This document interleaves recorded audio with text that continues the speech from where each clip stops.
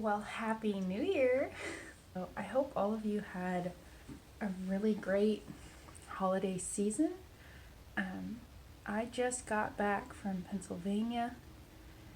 I did my first wedding for florals for a wedding all by myself. It was my friend's wedding. It was a really great time.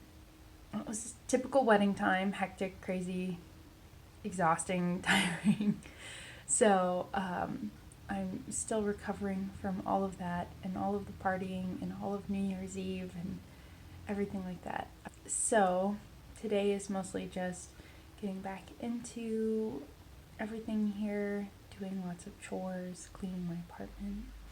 I did get to work a little bit on my Morginn cardigan.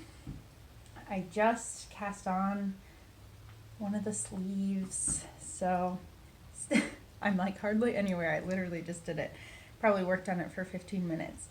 But I have successfully cast off the bottom, which is very exciting. This probably won't be done until spring. I feel like it's taking me a little while, and I'm pretty sure I have to order more yarn for it. So sadly, it probably won't get worn really until next winter, but I'm okay with that. It's a project that's taking a lot of time, but still it's gonna be worth it. It's gonna be worth it in the end. I have no regrets. Keep telling myself that.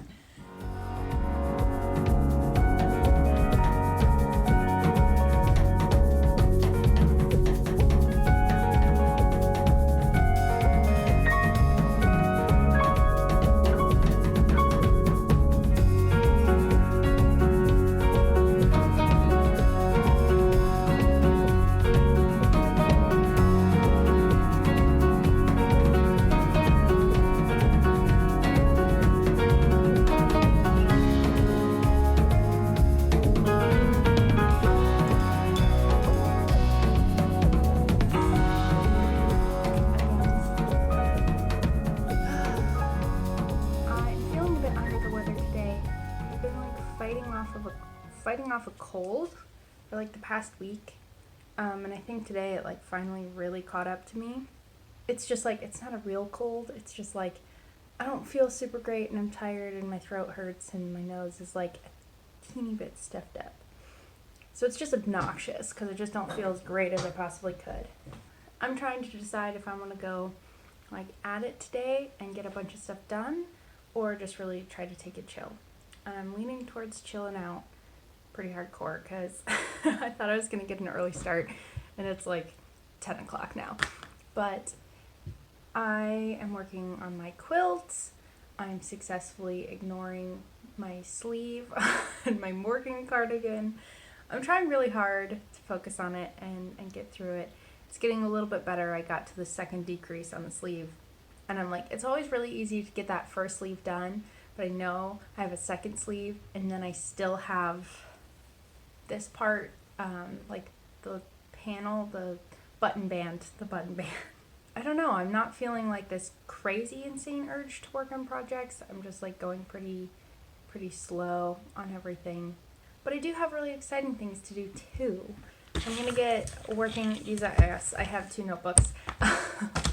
This is my actual bullet journal, so I'm going to start making my list of things that I want to accomplish today. I also have to set up my new week. I'm a very organized person. I like my lists. It helps to keep me focused, and on days like this, gives me sort of a goal.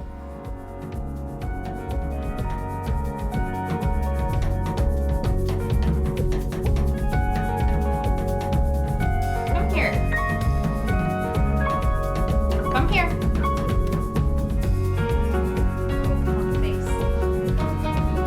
I just want to sit and knit and talk.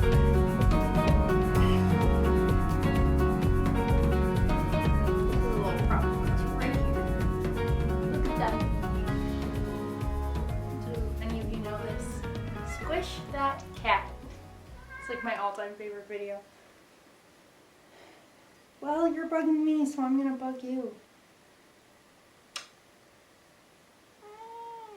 Anyway, today is kind of a gray day. but I thought I would sit here, try to work on my sleeve and chit chat a little bit, because I'm always knitting, and I'm always thinking of like different topics and different things to talk about, and then I never actually sit down and talk. So I think the first thing that I kind of wanted to chit chat about is knitting patterns and how they're written really quick, because I've noticed a common problem for me, not for other people probably, because they might be smarter. So decreases. When they're written, they do like an explanation decrease round, and then they usually say repeat this decrease round for after so many rows 3 more times or 4 more times or whatever. And so I'm always like, okay, so that means there should be a total of 3 decrease rounds. You're supposed to also be adding that first initial decrease round to those. So if you had the explanation decrease round and then it says repeat 3 more times, it's a total of 4 decrease rounds. And that always messes me up. And I'm always like, okay, I did all the decreases, I'm done. And then I go to like measure my piece or count my rows or something, and I'm like, how come I'm off? How come my stitch count is off? Oh yeah, because I still have 1 more to go. So I'm curious if that throws anybody else. And if you would prefer if they would just like give you a total of how many decrease rounds you're supposed to do for each one. I know that's a lot of work to tack on to writing a pattern, and it's something that I should just do on an initial read through of a pattern, which if you don't do that when you read a pattern, I highly suggest before you even work through your gauge swatch, or as you're doing your gauge swatch, if you're one of those people who can read and knit at the same time, it's a really good idea to just kind of glance through the pattern and see what construction they're using, what methods, kind of how it's written, and just familiarizing yourself with all of the different terms or ideas and things. And you'll find it really helps you to like not have so many questions or get stuck in the middle of a pattern and give up. Especially when I know that a pattern's going to be a little bit more complicated, I definitely go for that. So those are some patterns, tricks that I've learned, and as always, write notes in the margins if you can, if you own the pattern, because you'll want those notes later if you ever reknit the pattern. Knitting quickly. I was just watching somebody's like Instagram story or something like that, and they were like, I'm the world's slowest knitter or whatnot. And I found that really interesting, because we are surrounded by a lot of influencers and knitting influencers online. I always find it fascinating that, you know, that a lot of these knitting influencers are people who have dedicated their whole life to knitting and to creating and to crafting, and that's usually what their job is. Either they're a knitwear designer or a dyer or something like that, where they just have more time to spend or more creative energy to spend on their knitting, because that's their primary creative outlet. So I've never really beat myself up over how fast or slow I knit or how long a project takes me. I'm never defeated by the idea that a project might take me 6 months. So I'm on my 5th month of working on this sweater. That doesn't discourage me. I get a little like, okay, I'd really like this project to be done, and I'm trying to find the motivation to finish it and not just set it aside and finish it some other time, because I am pretty close to being done since the body of the sweater is finished.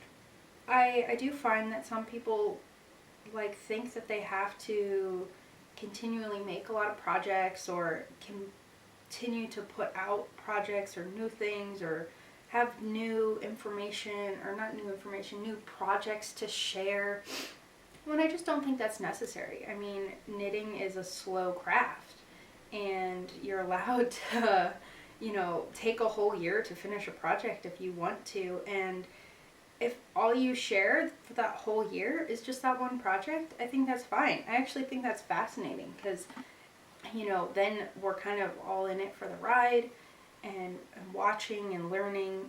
And that was kind of why I changed up my Instagram feed a while back, where I was like, I have all these like pictures of works in progress, but I'm always only sharing one picture of one project. And I'm like, oh, well, I shared that project, I can't share it again. Which is so funny. It's like wearing the same outfit twice. You can't do that. It's like taboo. When in reality, I was like, no, I should be sharing these progress photos and talking about the project and talking about how it was created. And it's much more worthwhile for me to share. I'm more excited to share and to post to Instagram or Tumblr or wherever I'm sharing my project. So that's been a real change. And then also, this has been fun to work on because it's taken so long. That's my kind of notes on knitting for right now, and where I'm at is sit back, enjoy your craft, and also to create some beautiful pieces to wear.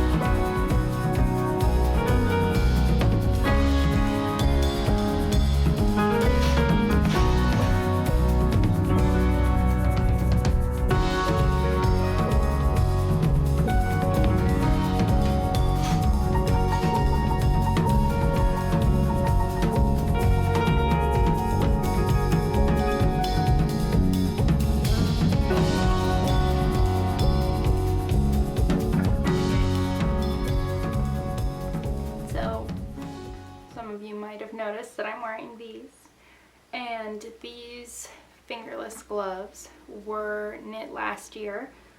Oh wait, no, wow, they weren't knit last year. I knit them in Okinawa. So like 2 years ago, and I actually was trying to make a pair of socks with them, with little no faces on them from Spirited Away. That's who this is. But I just couldn't get the tension quite right, and you can even see like there's quite a bit of puckering for the color work. But since you have this little bit of pink and the pink isn't carried through anywhere else, it was kind of tough to make it into socks. And since I had already gotten through face part, I didn't want to rip it out and have to re-knit it. So I decided to just turn them into these like fingerless, like no thumb hole arm warmers. That way I didn't have to like go back, make a thumb hole or anything like that. So, but I'm pretty happy with them. I'm surprised with how much I wear them. I thought that I would just like keep them just because it was some knitting and that they wouldn't get very much use, but they're extremely warm. Knit Picks Scroll sock yarn. They're very useful, and I think my favorite thing about wearing them in the house is it's just like a sweater sleeve. So if I need to wash my hands or something or work with stuff, I can push the sleeves up and then just bring them back up like that.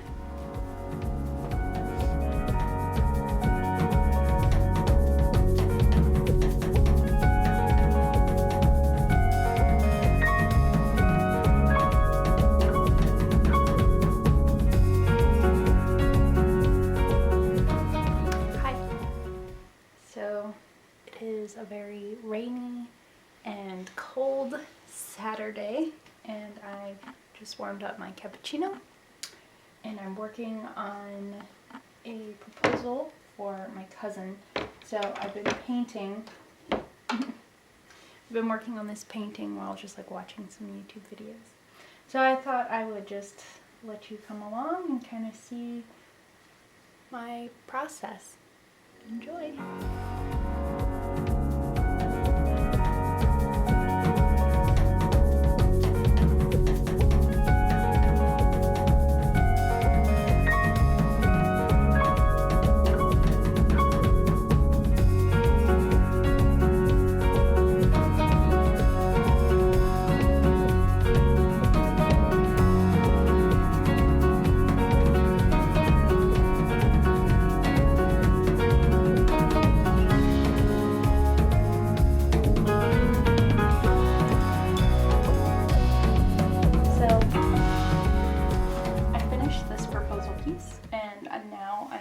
To remove it off of the backing board that I have, and then I'm going to clean up some lines.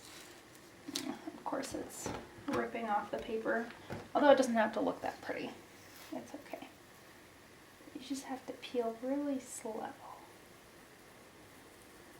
But I'm going to clean up the lines, make sure everything's good. I'm going to fill in all my notes for what everything is going to be. Take some pictures. I don't have a scanner here, so I don't get to scan it to upload it. So pictures will have to do, and then I'm going to write an email and send it on off to my cousin. And hopefully it's something that they'd like and they're interested in. Hi, hello, it's me. I've been painting, and I just started painting with gouache again, and I haven't done this in quite a while, like a couple months now, and oh my goodness, I forgot how much I love gouache and the colors that you can create and the opacity and how beautiful it is when it all comes together. So right now I'm just having a lot of fun and I'm goofing off. I am, of course, painting another dragon because, you know, I'm basic. I actually was really interested in doing like a watercolor study, and that's what I started doing first. And I wanted to do a test piece for this other painting, this larger piece that I want to do. And then I was like, you know what? I'm bored and I'm feeling spicy today. So I'm going to paint a dragon and I'm going to use gouache, and I don't want to paint with watercolors. I am very happy with that decision. I'm having a lot more fun with this painting. I don't have that pressure of like, this has to be perfect and it has to look this certain way. And I thought I was ready to do another sort of photograph inspired piece. I'm not mentally capable or ready for that yet. It's just been too long. I don't have the actual skills that I want to like create the finished piece. I don't know if that makes any sense, but in a certain way, I don't possess the artistic skill, the painting skill to make the piece look like it is in my head. That's something that I always combat when I'm painting or doing art, is that the picture that I have in my head is never what I can achieve on paper. Now, I don't know if other people who do artwork find that is also true for them. So what I'm always combating is not having a picture of what the artwork is going to look like in the end, like in my head, and rather instead just kind of having an idea of what the piece should feel like and what I want it to evoke, working within the means of what I can actually create with my hands. So that's kind of where I go with that. Anyways, that's why I'm painting a dragon, because as soon as I sat down to start to sketch it, the idea for it just came immediately, and all of a sudden the sketch was on the paper and the paint colors were on the palette. Whereas this other one, this little landscape piece, I'm way more hesitant. Wait, do I want to use brown? Do I want to use yellow and brown? I want to mix this. Does it have to be here on the paper, or does it have to be here on the paper? I'm like unsure of what is going on with this piece. So I was like, why paint it if I don't know what I want it to be? Other than I want it to look like the photograph that I'm following, which is just so silly. That's it. Okay, bye.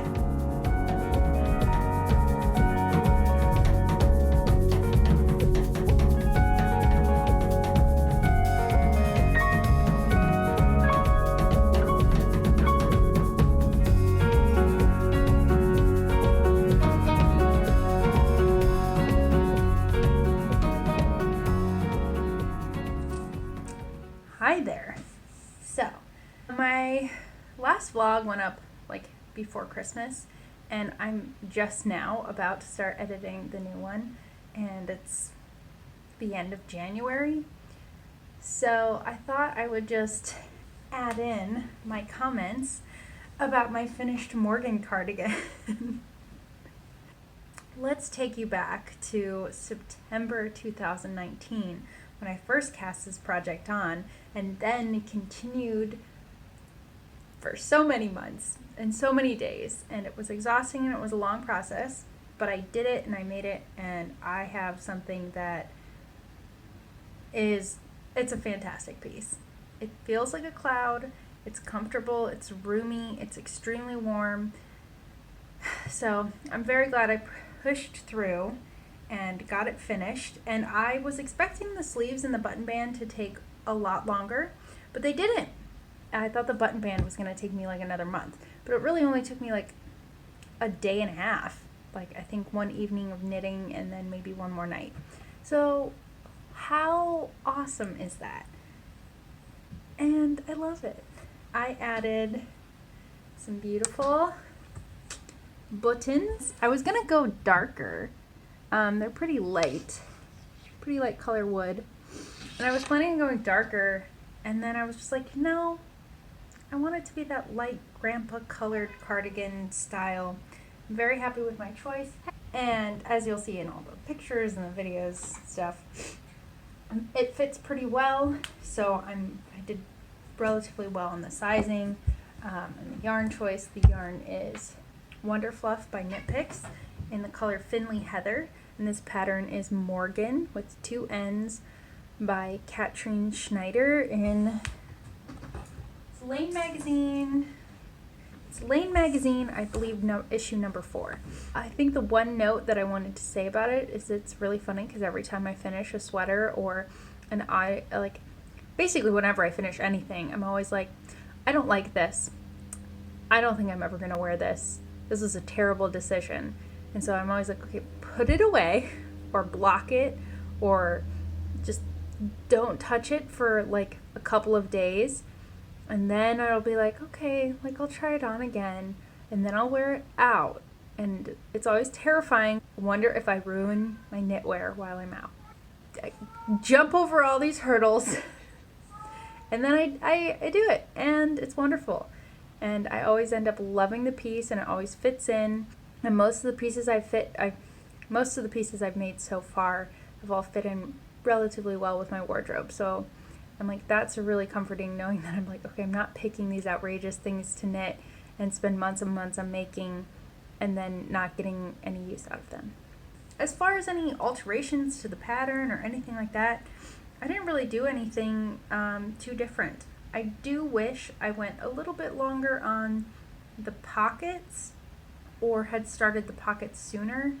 I'm okay with the length of the cardigan, and that's why I stopped where I stopped. I didn't want to go too much further because it was already getting really long.